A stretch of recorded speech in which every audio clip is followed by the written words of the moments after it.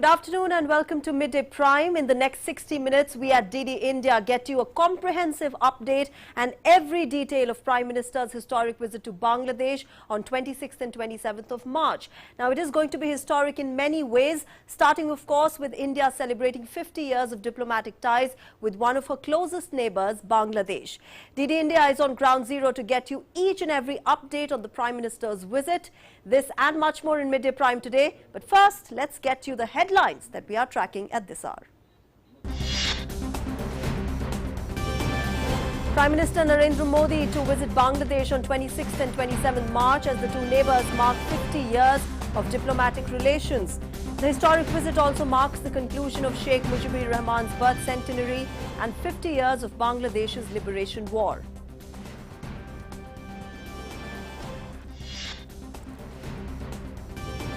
India and Bangladesh likely to sign several agreements during Prime Minister Modi's first foreign visit after the COVID crisis. The Prime Minister will also offer prayers at temples in Bangladesh.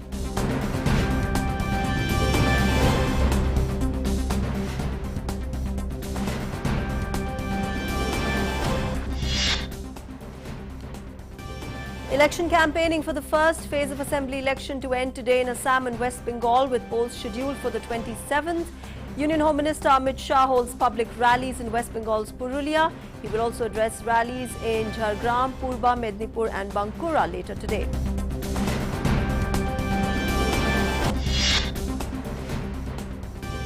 Both the Houses of Parliament adjourn sine die as the budget session of Parliament concludes. 18 bills passed by the lower house in this session. Upper house conducts 90% business.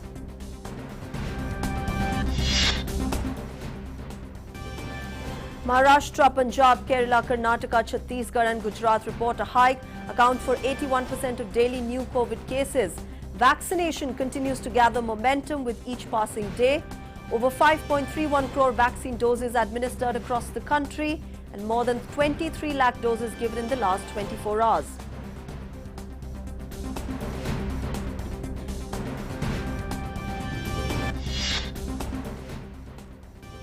Markets continue southward slide as global factors coupled with the COVID spike fears spook the investors.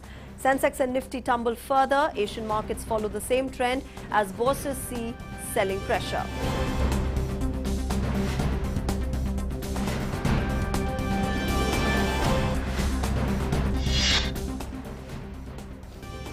South Korea's Minister of National Defense to visit India from 25th till 27th of March. He is to hold bilateral meeting with Defence Minister Rajnath Singh in Delhi to discuss the India-South Korea defence cooperation along with other regional and international issues. Indo-Korean Friendship Park also to be jointly inaugurated by Su Wook and Rajnath Singh at Delhi Camp. And in sports, the Netherlands slumped to a dramatic 4-2 loss to Turkey in Istanbul in their opening 2022 Football World Cup qualifier, while Belgium make a winning start to their World Cup qualifying campaign as they defeated Wales 3-1.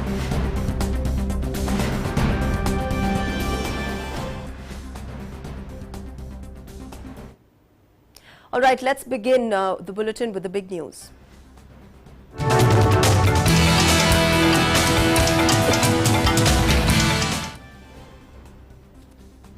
Well, first we begin with all the updates on the Prime Minister's visit to Bangladesh.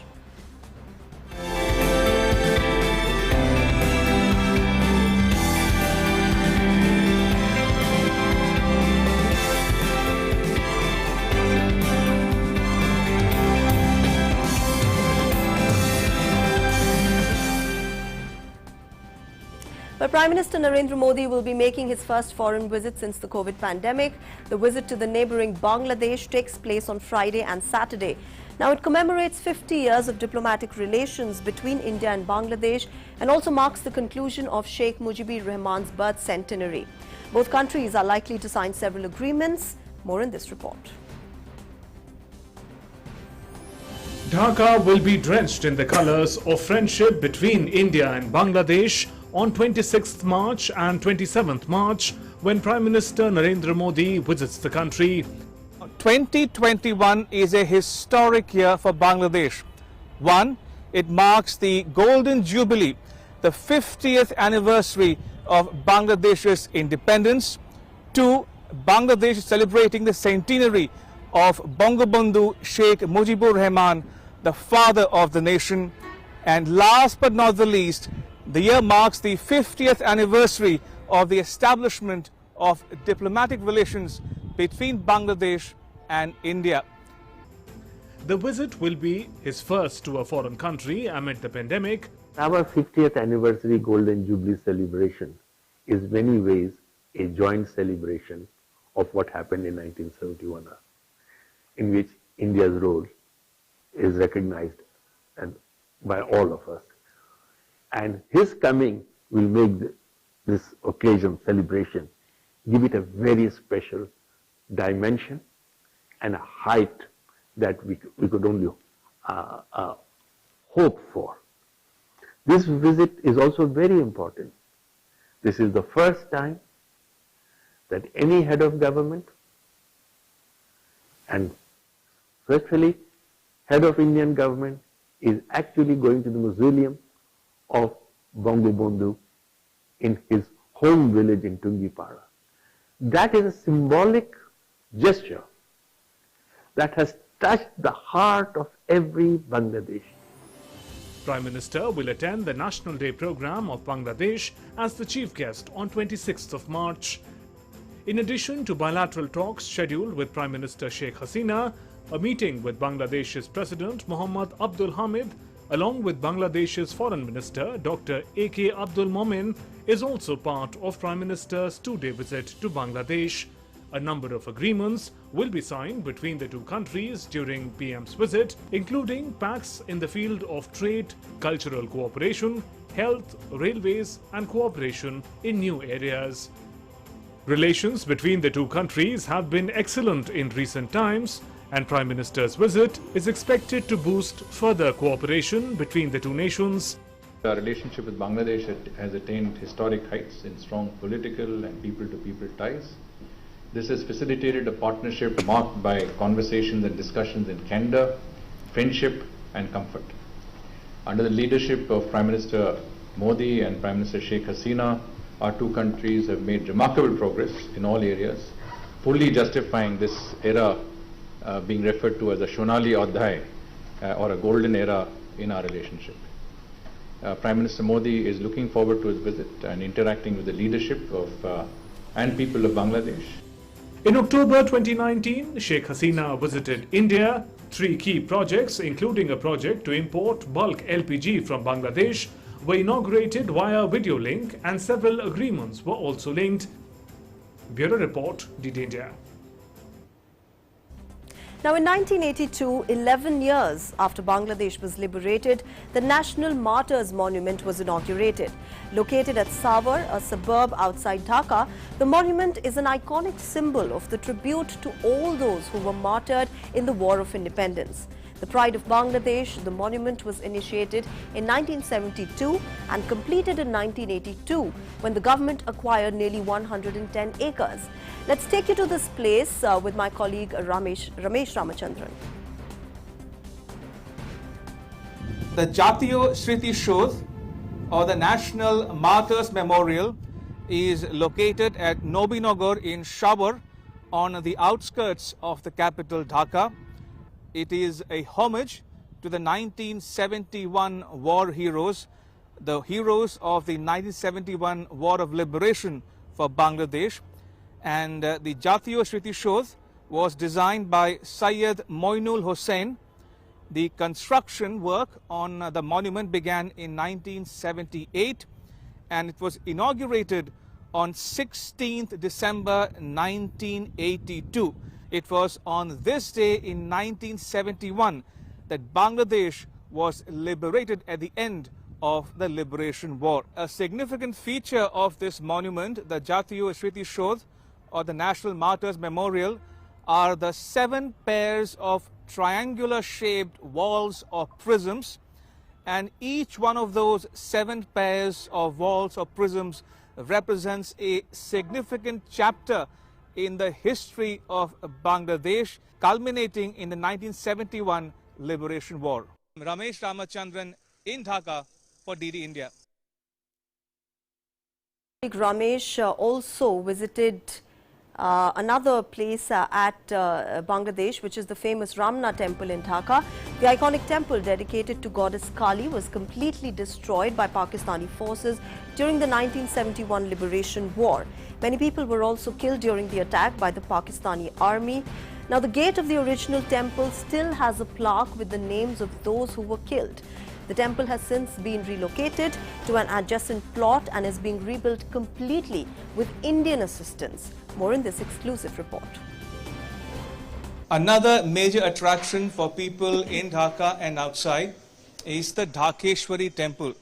And very close to the Dhakeshwari Temple is the Ramna Temple, where I am standing now. You can see behind me the original Ramna Temple, which is devoted to goddess Kali. Now, incidentally, this temple, the Ramna Temple, was destroyed by the Pakistani forces during the 1971 war. And since then it was rebuilt over a period of years, and that is where the original Ramna Temple stands today as we speak. Behind me is the new Ramna Temple building that is being constructed with help from India and the Indian High Commission here in Dhaka. Let's talk to a local here to understand what exactly happened in 1971. 19 liberation period, he is the kill all the men, 75 killed the men of Pakistan army. So 75 men were killed here when the temple was attacked. And which date was it? 27 March. So what is this monument about? If you can walk with me here. For Pakistan army, just time is attack is 27, 1917 election period. Liberation time, the all man is killed for temple area. This is what happened, as Mr. Ghosh was saying, on 27th March 1971, when, as he mentioned, the Ramna Temple located there was attacked, 70-odd men were killed, and since then the temple was relocated to a location behind me there. And now what we're seeing is that with help from India and the Indian High Commission here in Dhaka, a new building for the Ramna Temple is being constructed as we speak. I'm Ramesh Ramachandran in Dhaka for DD India. All right, Prime Minister Narendra Modi will also be visiting the Dhakeshwari Kali Temple during his two-day visit to Bangladesh. The temple is one of the 51 Shakti Peeths, as per the Hindu beliefs, scattered across India and neighbouring countries, with 6 in Bangladesh. Now, the people of Bangladesh say they're looking forward to Prime Minister Narendra Modi's visit to the country, and they feel that the visit will strengthen the friendship between India and Bangladesh. This mandir is a heritage in this locality. Actually, so this is one of the 51 Shaktipeeths in the subcontinent. About 1,500 years before, Sir Orani, a king, built this mandir, the 100 doors. Then Dhanukarna renovated this mandir, and Raja Lakhan Sen of Bengal, he renovated. Then in 16th century, Raja Prathabaditya, one of the Baravhuya, he renovated this temple, and from that time, this Dhakeshwari Mandir is very much important, and the name Prathabaditya is very much incorporated with this temple. So we are feeling proud about the visit of Honorable Prime Minister of the Great India. We are happy. We think this visit of Honorable Prime Minister of India will further continue peacefully in between Bangladesh government and India.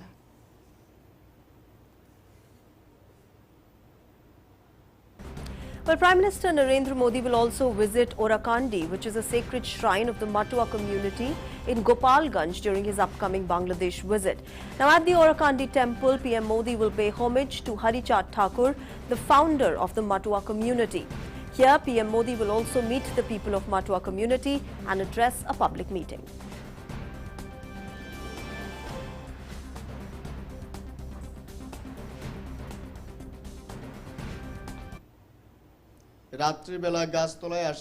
Harichand Thakur came at night time and under the tree described his vision to Guruchand Thakur and his younger son about the presence of a temple here. where the idol of Lord Lakshmi Narayan was placed, and devotees are offering prayers here. Later, as per his description, a temple was built at the same location. Harichand Thakur is an incarnation of Lord Vishnu, Lord Rama and Lord Krishna. Harichand Thakur came to preach name of the Lord. The objective was to inculcate harmony among people. All right, let's understand why Prime Minister Narendra Modi's visit to Bangladesh this year is extremely significant, not just for India and both the countries, but also for the South Asian region. And for this, I'm joined by my guest, who is Professor Harshvardhan Pant. He is a distinguished fellow at ORF, and of course my colleague Ramesh Ramachandran, who's at Ground Zero and he's at Dhaka. He's getting us all the updates from there. All right, I'll come to you, Ramesh, first. A historic visit there. We know that India and Bangladesh are completing 50 years of diplomatic ties this year, celebrating that wonderful relationship, that equation, that friendship that both the nations share. But what are the tangibles that we are looking at this time around? We've seen over the past several years, both the countries have signed several agreements, several MOUs on various in various fields, But this time around, what are the tangibles? What are the takeaways that we are looking at?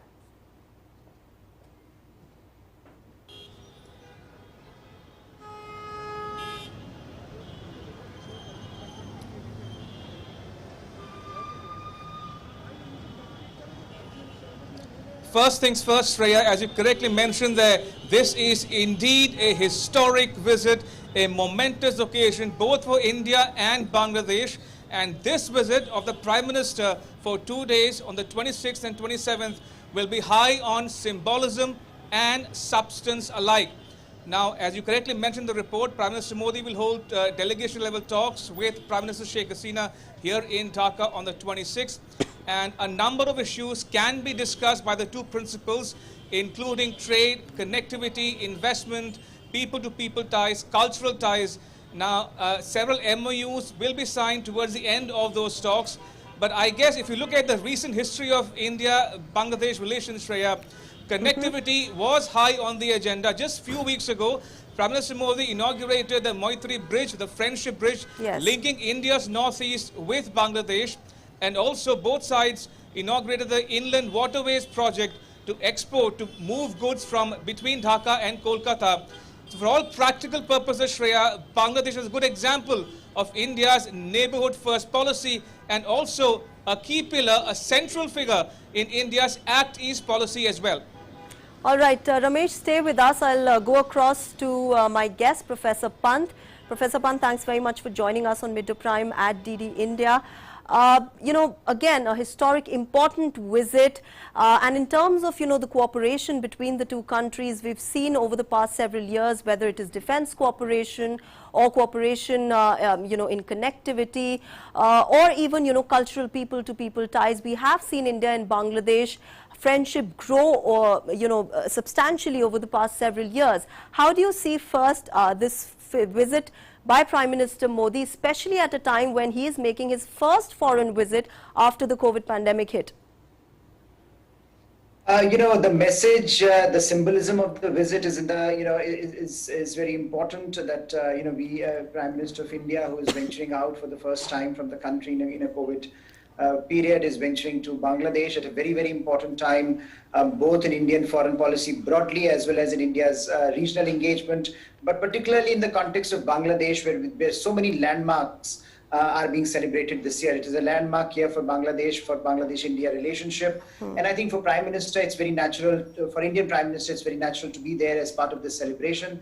And I think that's what perhaps this the visit symbolizes. But beyond that, as you were suggesting, we have seen India and Bangladesh really working very closely together on a range of fronts, both bilaterally, regionally, as well as multilaterally and globally. And in that context, also, we will see this relationship that has been redefined by the contours of 21st century requirements. While we will be celebrating a historical legacy of this relationship, we are also witnessing a transformation in the relationship to a more contemporary relationship based on connectivity, based on 21st century issues, based on technology, based on education, and so on and so forth. So I think the whole ambit of issues on which today Bangladesh and India converge. Clearly, this is a golden period for the relationship, and I think Prime Minister's visit is symbolic, as important to signify and to underscore that perhaps both countries are dedicated to keeping that golden period as elongated as possible, and the commitment of Indian Prime Minister to this relationship, the commitment of Sheikh Hasina, Bangladeshi Prime Minister, to this relationship has been spectacular, and I think that's what we are witnessing. We would witness during this visit, and we would also see substantive outcome from this visit, given that we are looking at a very changed neighborhood now. We are looking at a very, very changed geography of Bay of Bengal, and where India and Bangladesh today are focused on delivering, focused on working together on critical sectors from security to development cooperation. So I think in more ways than one, this is going to be a landmark visit, and one hopes that there are concrete outcomes which can then be taken forward to the next stage in this relationship. Absolutely. You know, there are going to be many ways, many aspects through which this tour of the Prime Minister will be significant. But Ramesh, you know, we just saw your reports where you were visiting various temples in Bangladesh, and you know, temples which Prime Minister Modi will also be visiting. Talking of people-to-people ties, you know, Prime Minister Modi, apart from visiting these temples, he'll also be going across Bangladesh, whether it is central Bangladesh or southwestern or eastern parts of Bangladesh, he will be traveling. So clearly, you know, the focus being on people-to-people ties, apart from, of course, important business that is between the two countries lined up and that we will see in this tour. But of course, this visit will also place a lot of emphasis on the people-to-people ties between the two countries, isn't it?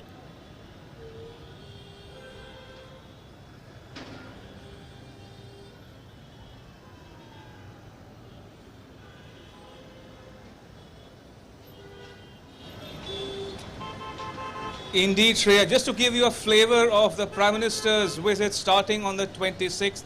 Now, Prime Minister Modi will be the first leader visiting Dhaka in the last 10 odd days who will actually travel outside of Dhaka. Yes. Remember, the 10-day celebrations began here in Dhaka on the 17th of March, the day, the birth anniversary of Bangabandhu Sheikh Mujibur Rahman, and it will culminate on the 26th in the Independence Day, the National Day of Bangladesh here, for which Prime Minister Modi will be the guest of honor, the chief guest here in Dhaka.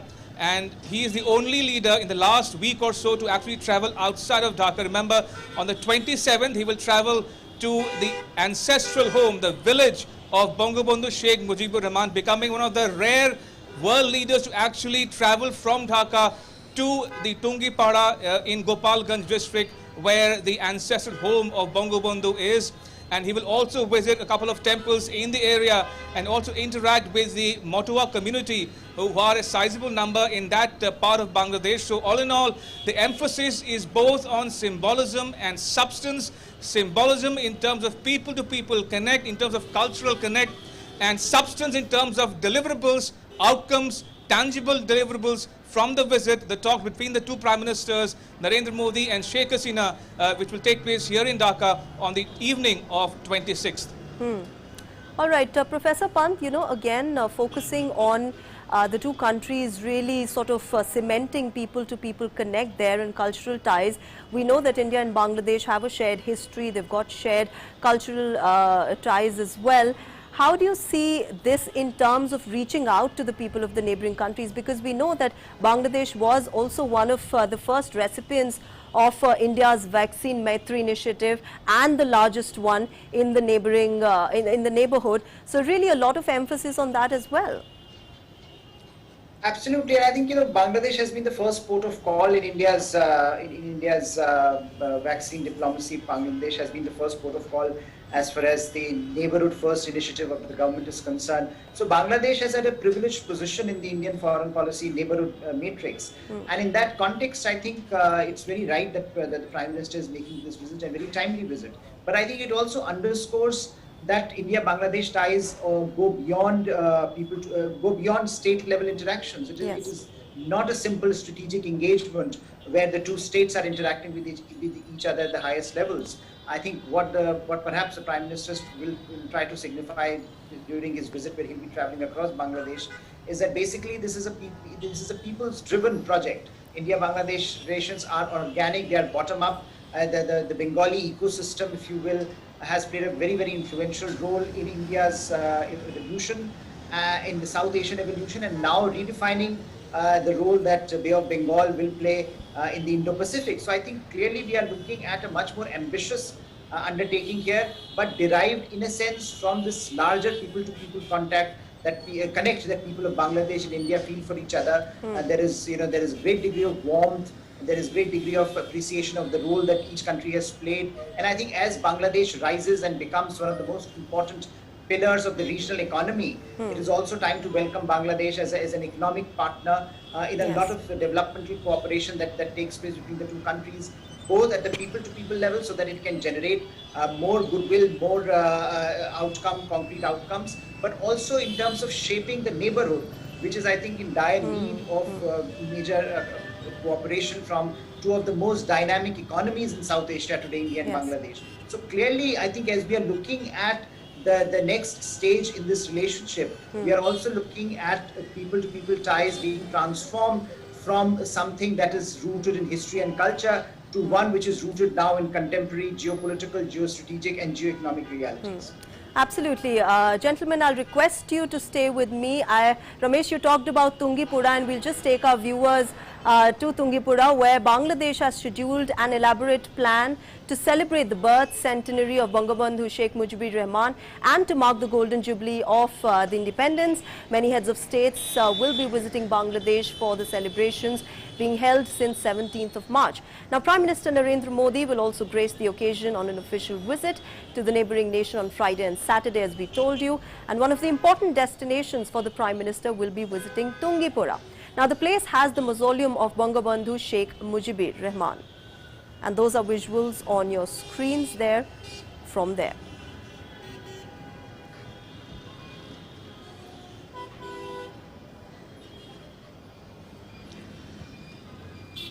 There's also an exhibition hall in Tungipara where Prime Minister Modi will be visiting during his stay in Bangladesh. The exhibition has pictures, as you can see, from the 1971 Indo-Bangladesh War.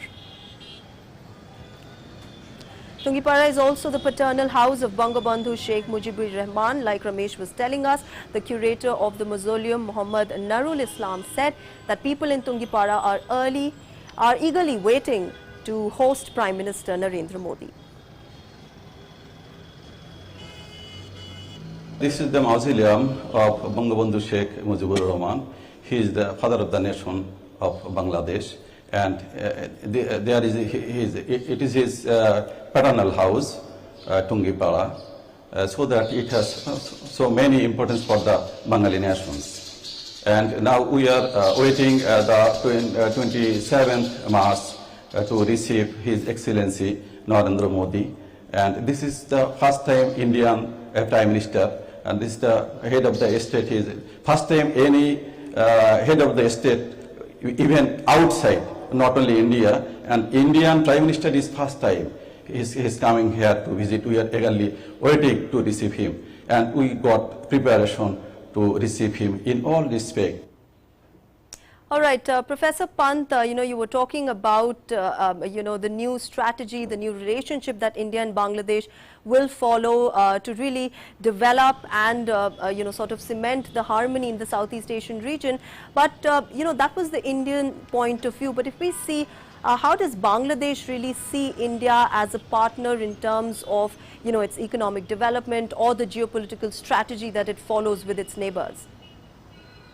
If you look at Bangladesh's recent foreign policy posture, if you look at how Sheikh Hasina has transformed Bangladeshi economy and Bangladeshi foreign policy, I think there is an you get a sense of the priority that her government has given to India. Yes. You get a sense how central India has been to Bangladesh's recent approach to the region and to the world.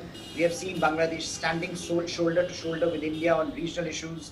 We have seen Bangladesh also taking strong position on issues that matter for the region, whether it is about economic development or whether it is about challenging issues like terrorism and security. I think there has been a very strong commitment from Bangladesh government towards India and towards regional engagement, and there has also been a commitment to relook at the strategic mapping of the region. For a long time, we have been obsessed with the India-Pakistan binary in South Asia. I think what Sheikh Hasina and her government has shown is that Bangladesh, along with India, can become the twin drivers of the geoeconomics in the region, and therefore propel a larger Bay of Bengal community into something much more substantive, which is, I think, going to be a very almost a paradigm-defining moment, given how far Bangladesh has emerged in terms of economic development, how important it has become in shaping regional conversations, and how important it has become in working with India, alongside India, in partnership with India, to relook at some of the regional challenges as well as some of the multilateral issues. For example, global warming, climate change issues, which directly affect Bangladesh. As a nation, Bangladesh and India have been working together so closely on this, with India also redefining the parameters of its engagement on climate change and environmental issues.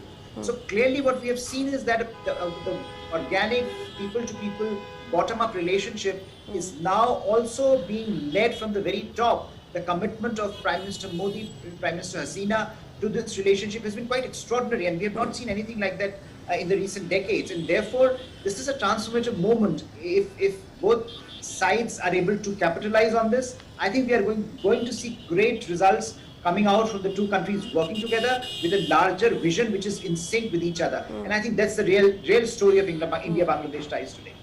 Right. Professor Pant, like you said, since it is a transformative relationship right now, where do we place this relationship when it comes to important groupings for the region like SAARC and BIMSTEC, vis-a-vis the India-Bangladesh relationship and the relationship of these two countries with other members of the groupings?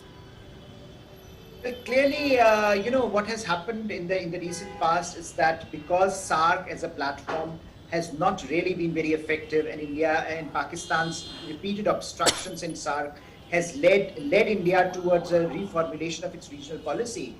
We have seen greater emphasis on BIMSTEC, the Bay of Bengal community. And there we have seen Bangladesh, in fact, playing a very, very important role, because without Bangladesh's participation, we will not see Bay of Bengal emerge as the hub of India's engagement in the Indo-Pacific. And that's, I think, the real opportunity here today with us, where we are looking at, we have just had the Quad Summit. We are seeing remapping of Indo-Pacific. There at the very center sits Bay of Bengal, with Bangladesh striding it on one side and India alongside. So I think we are looking, both Bangladesh and India have shown greater commitment to BIMSTEC. They have shown greater commitment to working on technical and economic matters in the region, alongside other countries like Nepal, Sri Lanka, Bhutan, and Southeast Asian countries like Myanmar and Thailand. And again, that tells you a story about how people-to-people ties have been rejuvenated in the context of soft power, cultural ties. India is saying that our immediate neighborhood is much beyond just what used to be the SAARC construct. We are looking at countries like Thailand and Myanmar and engaging with them alongside Bangladesh. Bangladesh has been a critical anchor there. It has been the great pillar for connectivity in the region and connecting India to Southeast Asia and Southeast Asia to the wider Indo-Pacific. That is the larger, broader framework through which India and Bangladesh have been working. And so what we are looking at is a rejuvenation of BIMSTEC. We have looked at rejuvenation of Bay of Bengal community. And I think there the real challenge lies. If at any point in time SAARC and Pakistan decides to become a productive member of South Asia, well and good. I think India and Bangladesh will have no problem working together with Pakistan at that point in time. But unless that happens, India and Bangladesh working together to rejuvenate BIMSTEC, to rejuvenate Bay of Bengal, both for traditional security concerns as well as for blue economy and related issues, developmental issues, I think that's going to change our perspective as far as the eastern frontier of India is concerned. And I think that's where Indian foreign policy and Indian strategic thinking has evolved in the last few years, taking Bangladesh alongside. All right, Ramesh, I'll come to you. You're at ground zero. You're getting us all the latest updates from Bangladesh. What is the sense that you are picking up from the people? Have you been talking to Bangladeshi people there? What is the sense that they, how do they perceive India? How do they perceive this visit by Prime Minister Modi?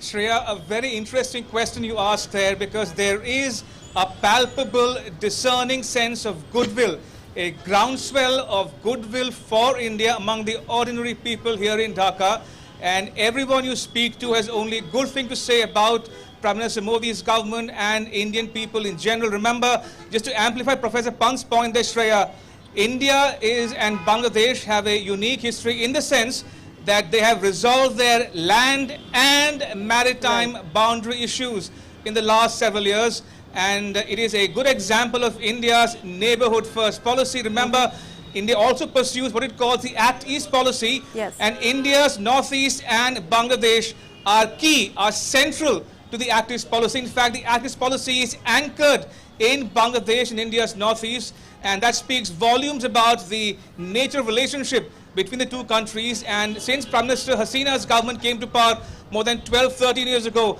the relations have only seen an uptick. They are growing, and they are growing organically over time. And today's Bangladesh is very different from what it was 50 years ago.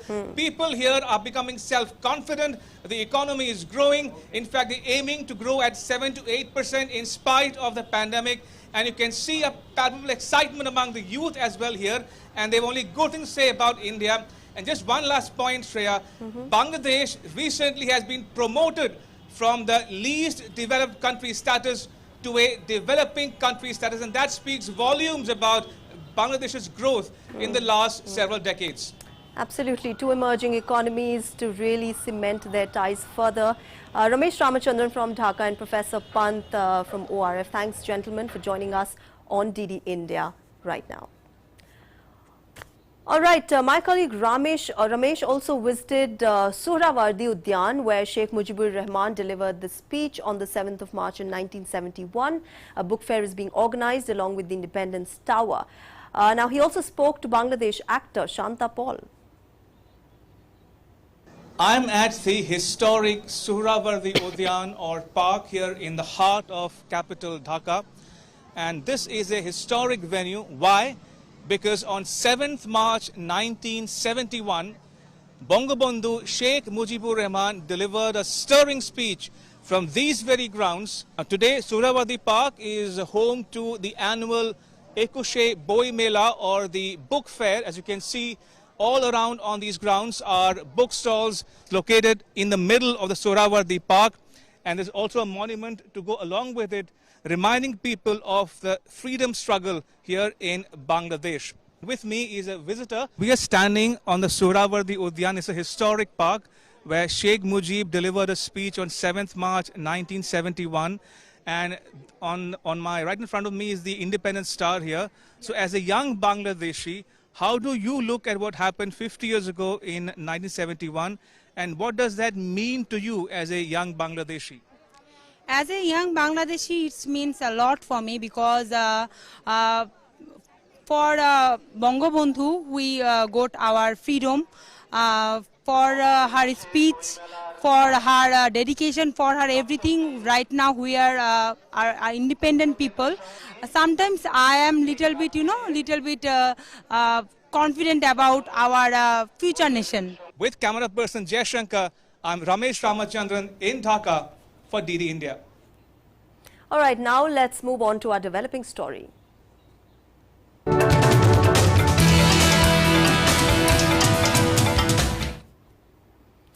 Well, news from poll-bound states. Campaigning for the first phase of assembly election in Assam and West Bengal will end at 5 this evening, with polls scheduled for the 27th in both the states.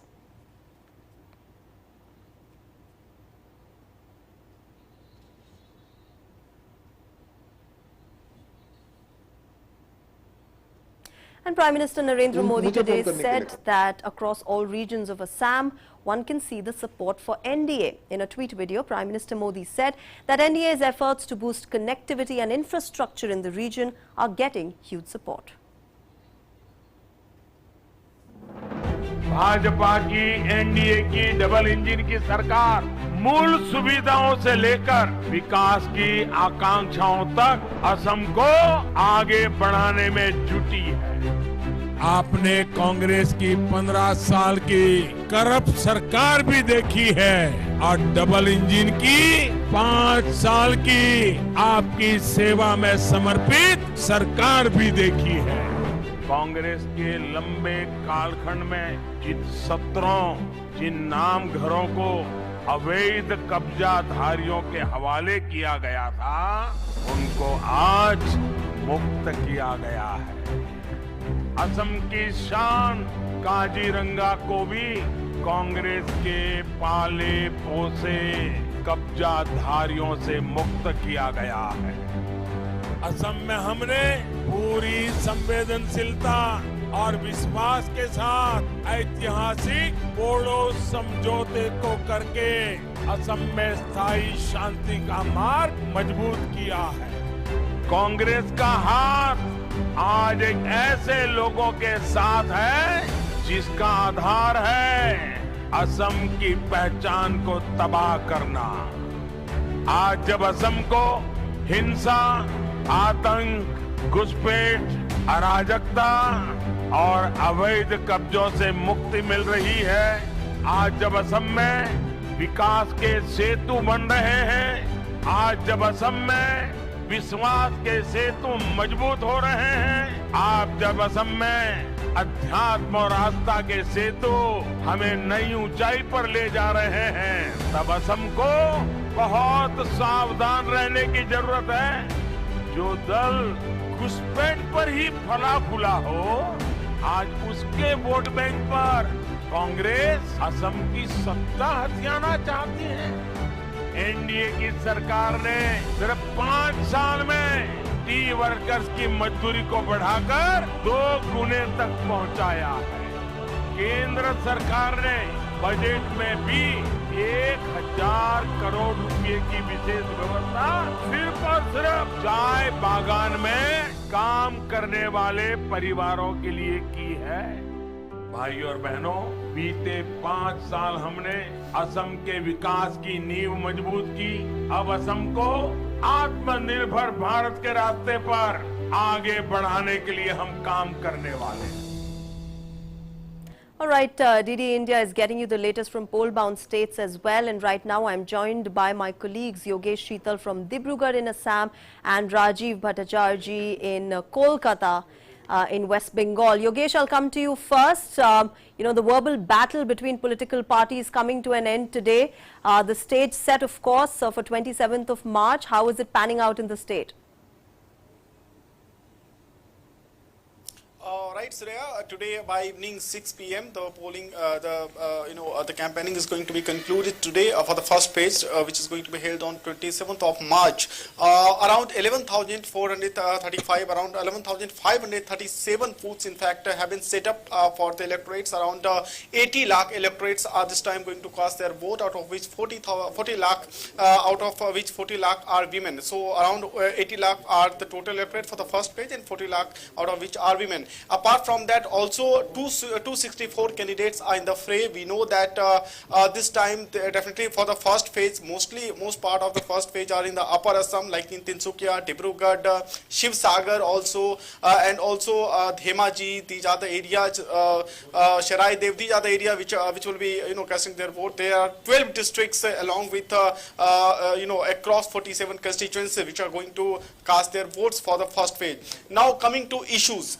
Obviously, we know that when we talk about Upper Assam, then there are many tea estates are there in the Upper Assam, and apart from these issues which are related to tea workers, also there are CA is an issue. There are CA is also an issue, because we know that anti-CA protests, basically Upper Assam and Tinsukia were one of the main epicenters of anti-CA protests. Apart from that, also flood is an issue, and infrastructure is an issue, and there are multiple issues that are basically that are being covered by both of the parties, both of the top parties, BJP and Congress, and also by the allied parties. So this time, definitely, this is going to be a very interesting battle in Assam. Especially, we had seen recently the developments here in terms of also back-to-back protests and back-to-back achievements by the state BJP and the state leaders. So a lot of things are happening on the ground at this point in time as far as election is concerned. Okay, Rajiv, in Kolkata, we've seen all these days, all these weeks, we've seen a very high-pitched battle fanning out in West Bengal, whether it's the BJP or the TMC going, at each other in that verbal battle. But really the stage being set for 27 there as well. Right. As you know, the first phase campaigning comes to an end this evening. 30 seats spread across 5 districts will go to the polls on Saturday.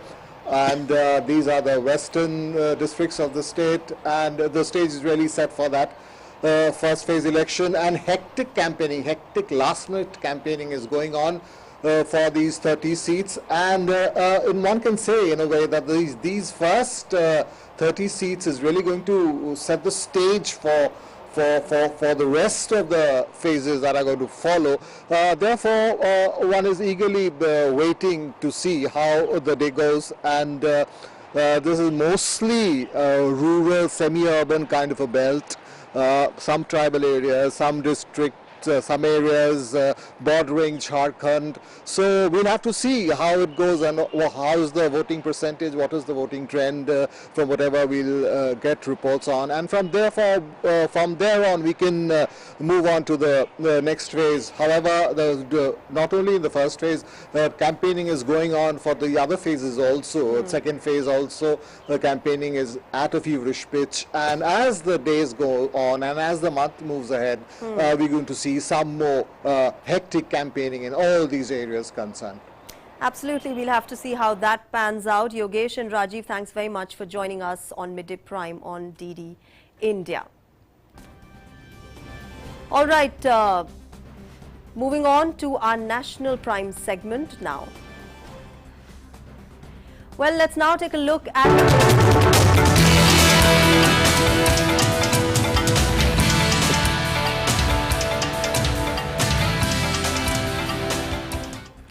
Well, now let's take a look at COVID-19 updates from across the country. As per the Health Ministry, 26,490 recoveries were recorded in the last 24 hours, taking the cumulative total of recovered patients to 1,12,31,650.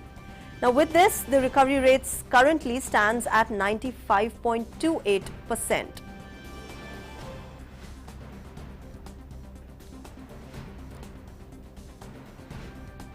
India's total active caseload stands at over 3.95 lakh today. The country's present active caseload consists of 3.35% of the total positive cases.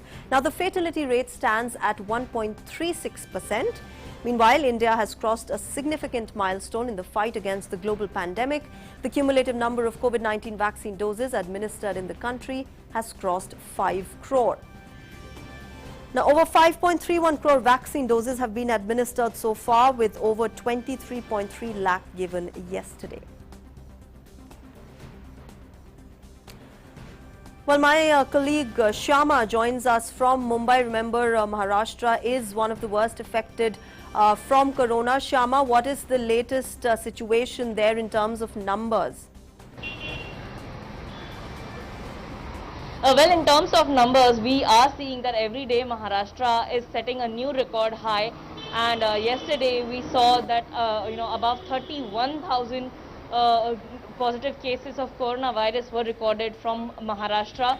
The major contributors are also the municipal corporations like Mumbai, Nagpur, Pune, because these places have also registered unprecedented numbers, a rise of positive coronavirus cases.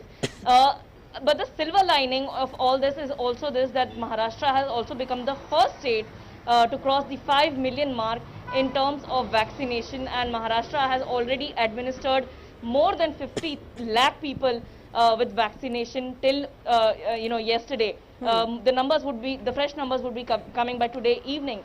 As we speak, that the numbers are getting higher and higher. Stricter measures are also being implemented, with BMC coming out with the order that holy celebrations, both on the day when the lighting, when the pyre is lit, and also on the Rang Panchami, both these days would not be celebrated. Publicly also and privately also, these days would not be celebrated. There would be no ceremonies. Anybody found flouting these norms would be booked under the law. Apart from this, many districts are putting in lockdown, implementing night curfew, and the latest to have added in this list is Beed, Nanded, Parbhani. Parbhani has implemented a night curfew, wherein from 7 p.m. to 6 a.m. There'll be a night curfew. Apart from that, Nanded and Beed, there'll be a total lockdown complete lockdown till 4th of April. So yes, we are seeing many measures are being implemented by the administration and by the respective divisional commissioners or district collectors, and let us hope, because the vaccinations are also on a rise, the drive is getting on a forefoot, and each day Maharashtra is aiming that around 3 lakh people should be vaccinated each day. Right. All right, Shyama, thanks for joining us on Midday Prime with all those inputs from Maharashtra. Moving on, the Lok Sabha on Thursday was adjourned sine die ahead of the upcoming assembly polls.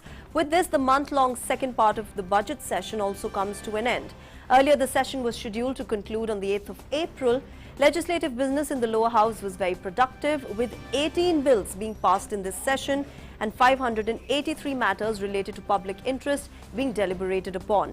A total of 3,591 papers were laid on the table of the lower house this session. The productivity percentage of the Lok Sabha during the session was 114%. And in Midday Prime, it's time for news and updates from the world of business now.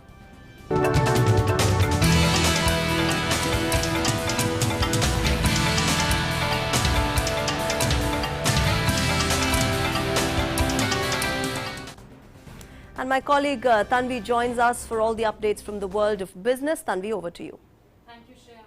The domestic stock markets lost significant ground in afternoon trade today amid weak global cues. After a weak opening, the Sensex at the Bombay Stock Exchange gave up further ground and had slumped 607 points or 1.2% to 48,573 a short while ago. The Nifty at the National Stock Exchange had plunged 169 points to 1.2% to 14,381. The BSE Mid-Cap Index had dropped 2.1%, while the Small Cap Index had slipped 1.7%. The top index losers were IOC, that's Indian Oil Corporation, HUL, Hindustan Unilever, Maruti Suzuki and NTPC. A sharp rise in COVID-19 cases globally and reports of lockdown seems to have eroded investors' risk appetite. Hardening bond yields, a stronger dollar and rising inflation are also keeping the sentiment low. Experts say all this may keep the market volatile for some time, although despite the negative factors, analysts see this bearish mood as an opportunity to buy quality stocks. The retail prices of petrol and diesel were slashed for the second straight day on Thursday. Petrol prices were slashed by 21 paise per litre and diesel prices by 20 paise per litre after a sharp decline in international fuel prices. According to the Indian Oil Corporation, after the price cut today, the petrol price in New Delhi stands at 90 rupees 78 paise per litre, while the diesel price is at 81 rupees 10 paise per litre. The petrol price in Mumbai is 97 rupees 19 paise per litre, while the diesel price in Mumbai is 88 rupees 20 paise per litre. And that's it in Business Prime for now. Over to you, Shreya. Well, thanks very much for Tanvi for all those updates. And it's now time for us to get you updates from the world of sports.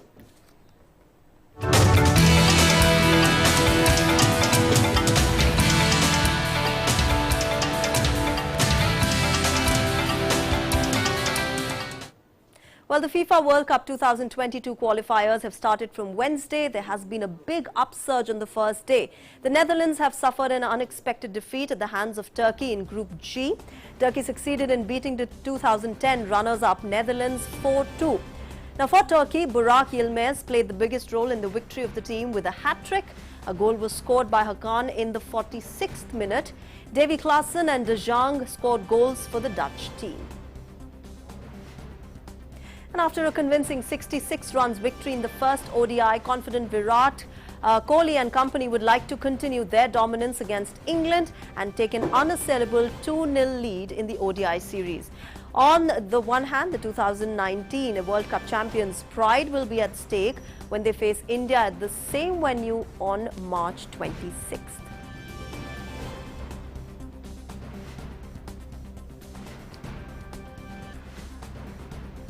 Well, with that, it's a wrap in Midday Prime today, but news and updates continue on the other side on DD India. Thanks for joining us right now. Namaskar.